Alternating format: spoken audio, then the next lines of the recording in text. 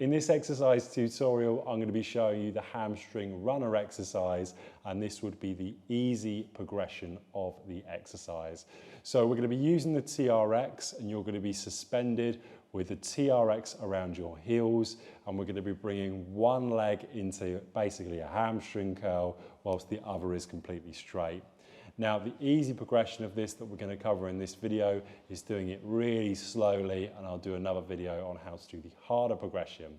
So for the hamstring runner, what you want to do is you want to set up the TRX so it's nice and low to the floor, but it's not too low where you're actually going to hit the floor when you do the exercise. If it's too high, you won't be able to get your feet in. It'll be a real problem trying to actually get your heels into these bottom straps of the TRX.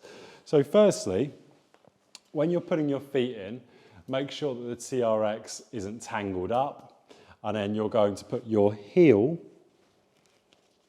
into the TRX with the bottom strap, and you want the foot to be facing directly up. Once you've done one side, you're going to do the other, and then make sure that the TRX handles are perfectly in line with each other. From here, you're going to lay back, and the first part of the exercise is to bring your hips up off the floor. So you're going to create an isometric contraction by bringing your hips up. From this position, I want you to squeeze your glutes. You can have your hands by your side for balance and support should you need. And you want to make sure that you hold that hip position where you don't sag too far down and you don't hyperextend the back either.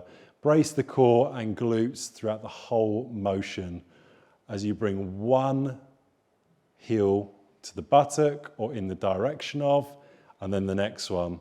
So one of your hamstrings is holding that isometric contraction and the other one is coming back.